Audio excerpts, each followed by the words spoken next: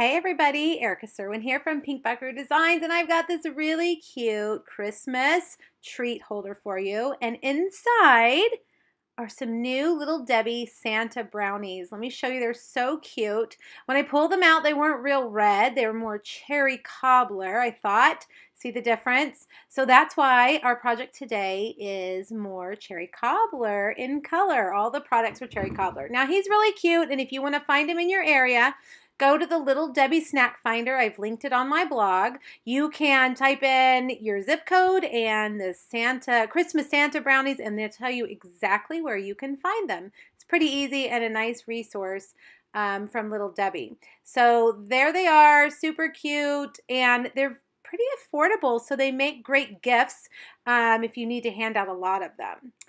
All right, so let's look at our little treat guide. Oh, first I want to tell you, this is from Facebook Friday originally. Here are all the product information that you'll need to make these. Everything is typed up, including all of these measurements, which you're going to need to create your box, as well as those product numbers. So you can hop over to my blog and print that or save it to make your projects. Now we're using Signs of Santa.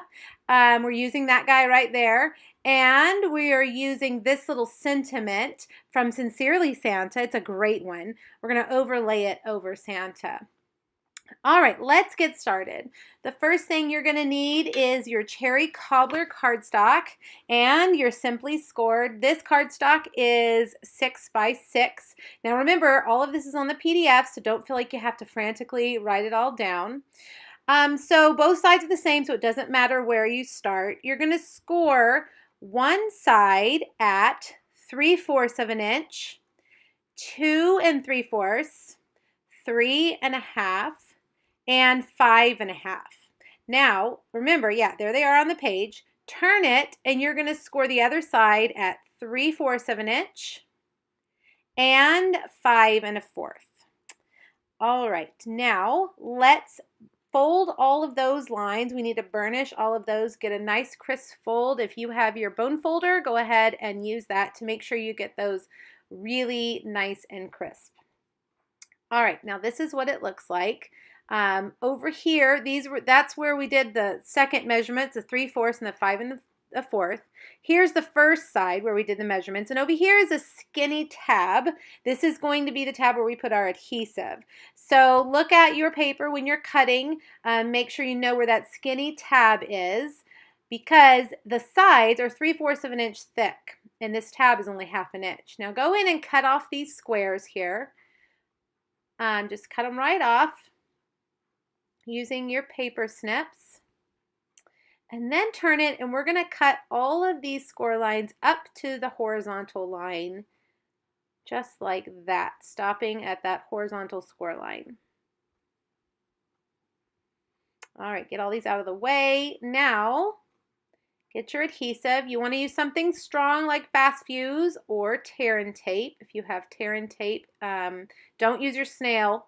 It won't hold it together. Put it on that long end, and look, if you fold this in half, this will go right in place, and that makes your box just like that.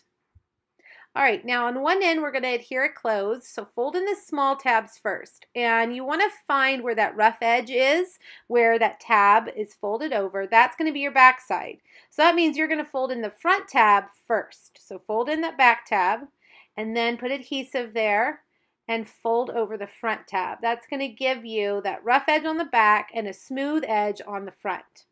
Now this top, this is where we're going to slide in our Santa brownie.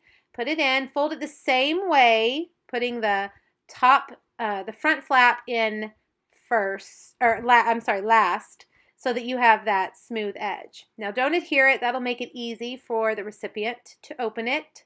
And fold your cherry cobbler double stitched ribbon over.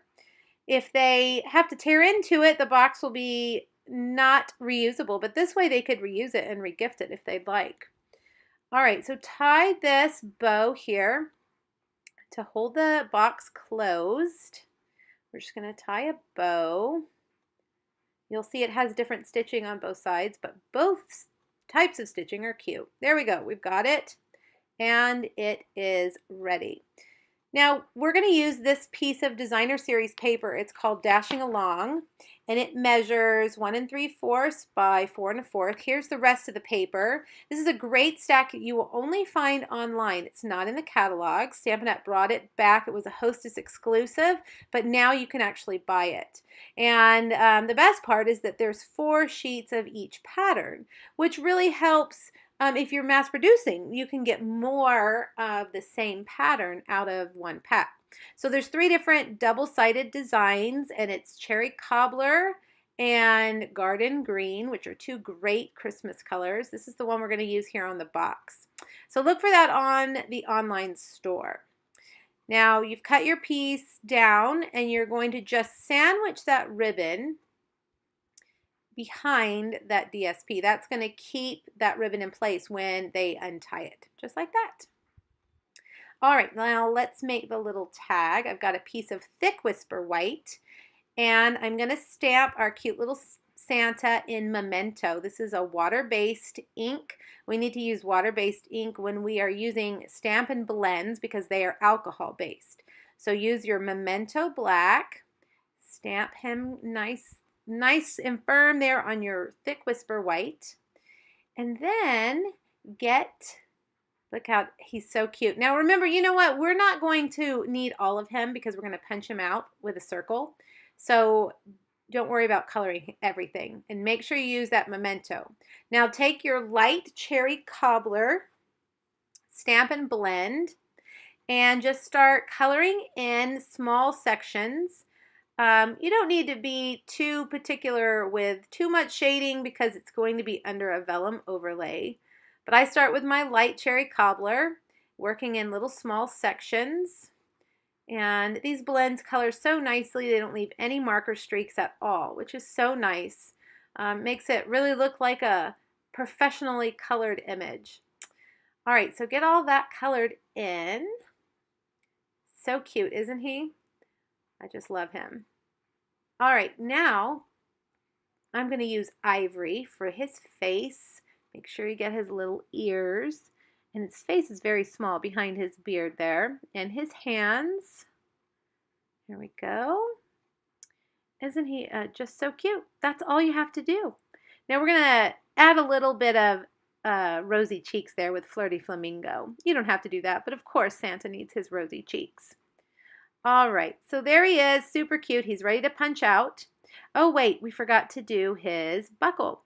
I am using Smoky Slate Dark for his buckle to make a silver buckle. Okay, now we're ready to punch him. And instead of punching, we're actually going to use a framelit. And these are some of my favorite framelits, the stitch shape framelits. This is the second smallest stitched circle framelit, so the one right after the smallest one. Run him through there, and you'll see we've cut some of him off, but that's okay. We just wanted the main part of his body. All right, move the big shot out of the way. Now I've already pre-cut a vellum circle with the same framelit, and it fits right over there perfectly. See that? It's kind of tones him down a little bit. Now I'm going to take, this time, Stays On ink because it is a more permanent ink and it's better for slick surfaces. It will dry quickly and it won't smear on this vellum cardstock. So I'm going to stamp that sentiment right there. And typically it dries pretty quickly. However, on vellum, this Stays On. Now look, let's look at the difference. Memento is for your blends. Stays On is for your slick surfaces. More permanent. And it's also a darker black. Now let's get the heat tool and just dry it real quick so that I don't smear it with my fingers, which we know happens.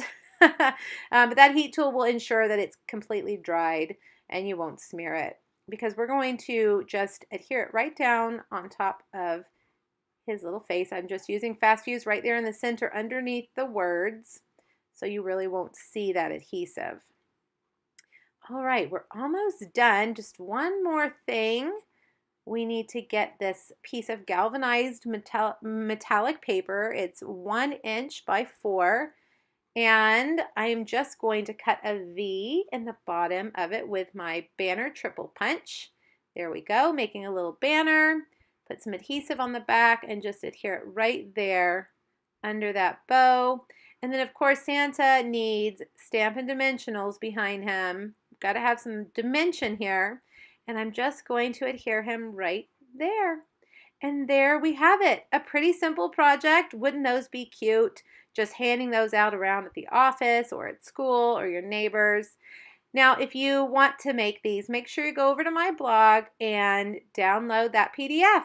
You'll get all the products here listed, item numbers, as well as those important measurements. All right, you guys, let me know if you have any questions. Thanks.